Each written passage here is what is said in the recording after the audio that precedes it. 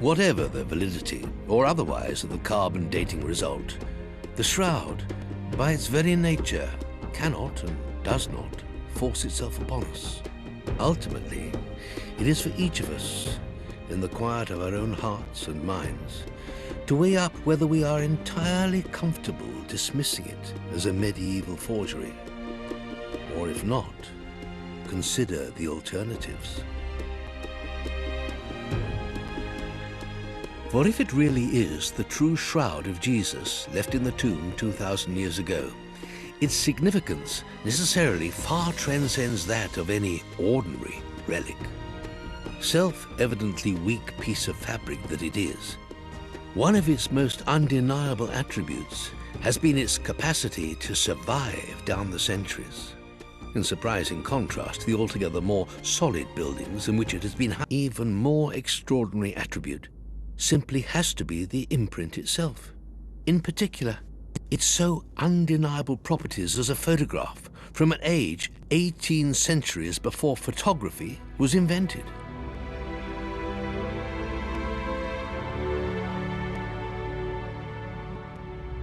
For what these surely suggest to us is that Jesus, even from so many centuries back in time, actually intended us to see how he looked when he walked the byways of Galilee and Jerusalem 2,000 years ago, and intended us to see the appalling sufferings that he endured on our behalf.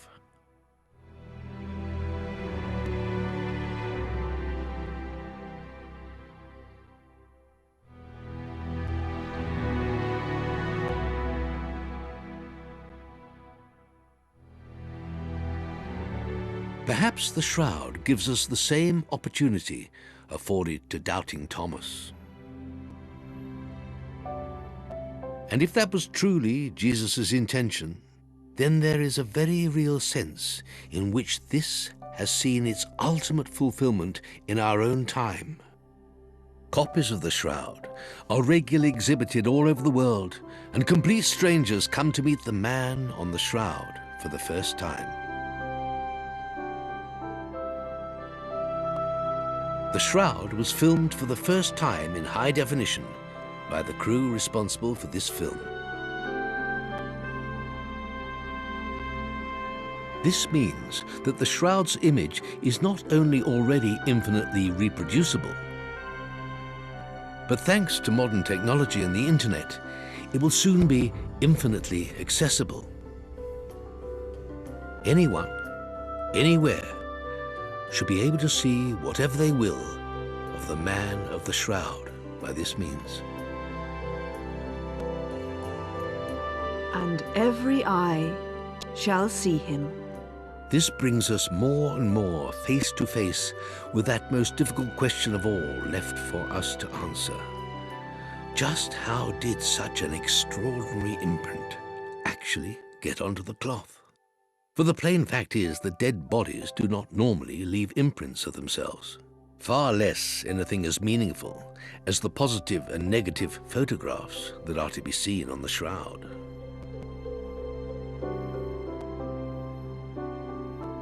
Nor is the imprint something to be explained by anything as simple as direct contact with a body covered in sweat and blood. As science has repeatedly demonstrated, the image only makes sense as the product of something that has flashed over a distance to create the so carefully gradated contours that make up what we see as a photograph.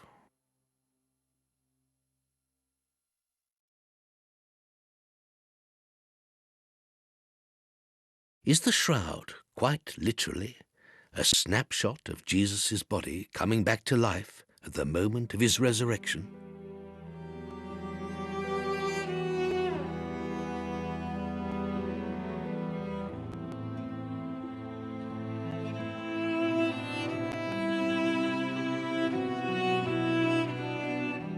Seven centuries ago, the Italian poet Dante asked in his poem, the Paradiso, "Lord Jesus, was this how you looked?"